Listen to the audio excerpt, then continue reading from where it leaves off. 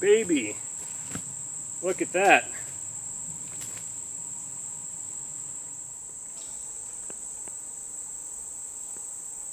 Welcome to Corporals Corner. Today we're making an improvised fishing pole, so stick around.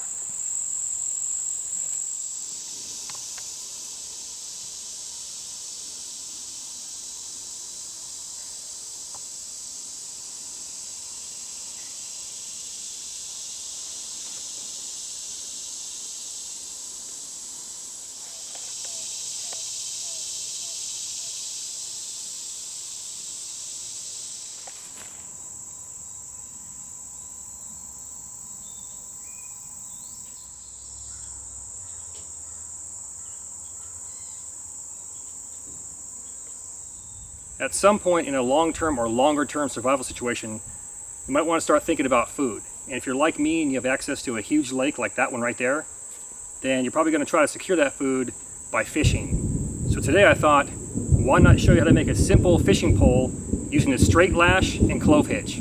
Let's get started. Okay, for the fishing pole, we're looking for an overall length of anywhere between 4 to 6 feet, 1/2 inch diameter at the top, and no more than 3/4 inch diameter at the bottom. A slight curvature is your option. This one here curves a little bit towards the top and should be good to go. Now let's start working on our handle.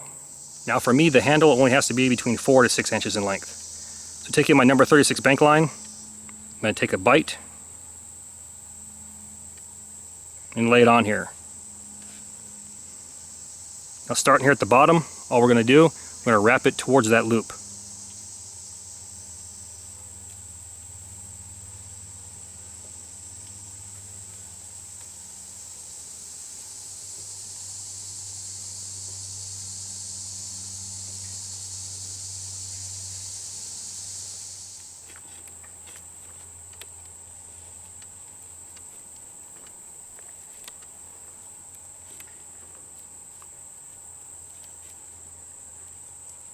Now in reality, putting a handle on here with number 36 bank line is not necessary.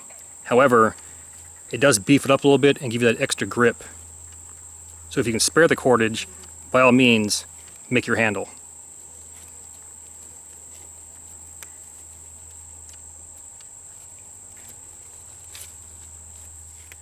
Once you're at the end of your loop, take your line, pass it through that loop.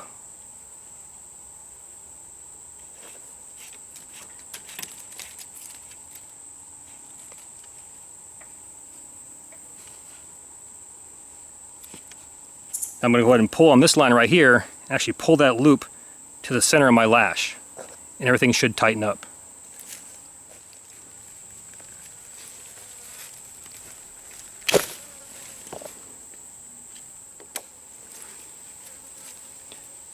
Then go ahead and cut off the excess.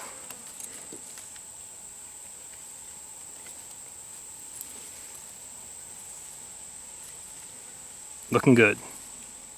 Let's go ahead and focus on the top portion of our pole.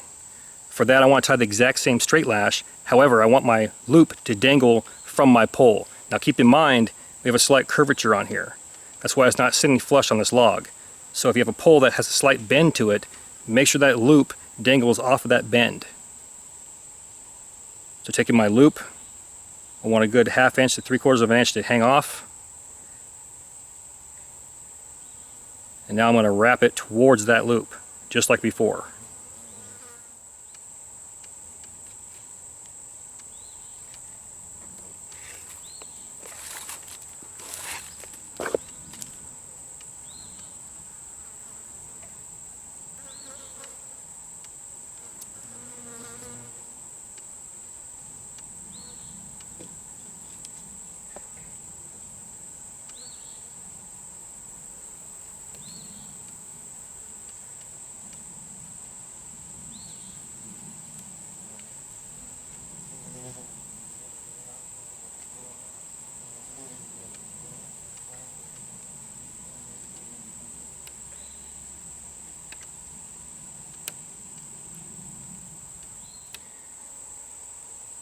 So now we're near the end right here. Instead of placing it inside that loop and then pulling that loop inside the lash, on this end, we're going to go ahead and secure it off with the clove hitch. So all we're going to do is go around, cross over, it forms an X. And we're going to place it inside that X or underneath that X.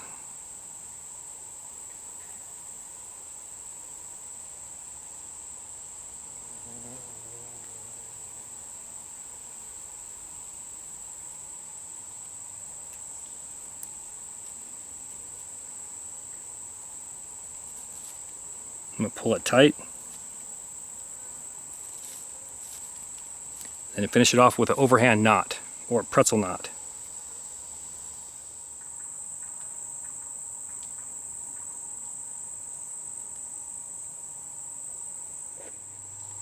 Alright, we're almost done here. The last thing I want to do is I want to go ahead and create some type of improvised reel. That way I can retrieve my line from the water.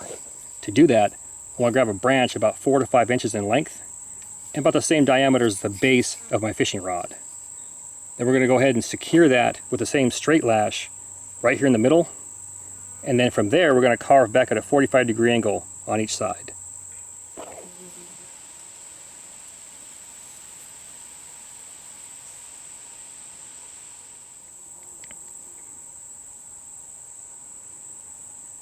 And we got a treble hook baited with paracord.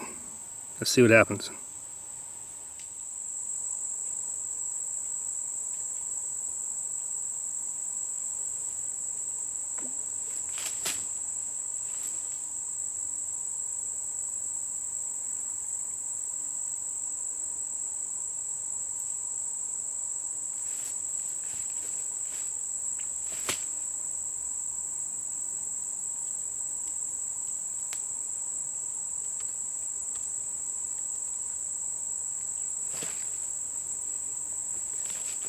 Look at that.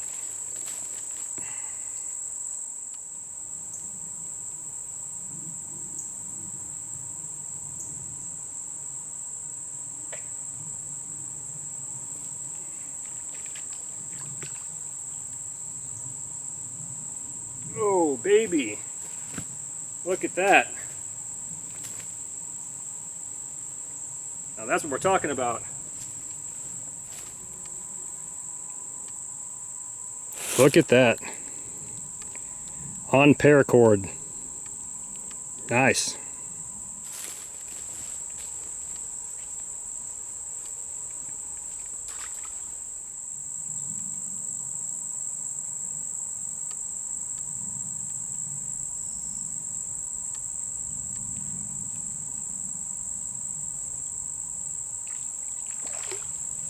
Another one.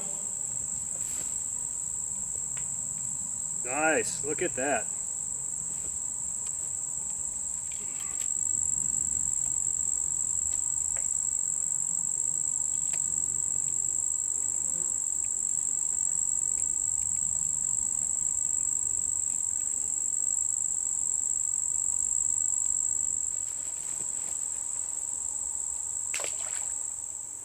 Welcome back. This improvised fishing pole was good to go, especially when you're catching fish using paracord. I mean, that's outstanding. Let's talk about one thing real quick. In a pond like this, where there's no current and the water's just sitting right here, honestly, this improvised reel, I could probably do away with that. Because I could grab the line, and I had 20 feet of line on there, and I could just fling it out there, and I was good to go. Now, if there's a current, say in a creek or a stream, and you want to do some type of improvised fly fishing, then I'd highly suggest putting this reel on here, that way you can wind it back up. Other than that, as usual, thank you for the comments, views, support. Thanks for watching. Get out in the field, have some fun. I'm going to catch you next time.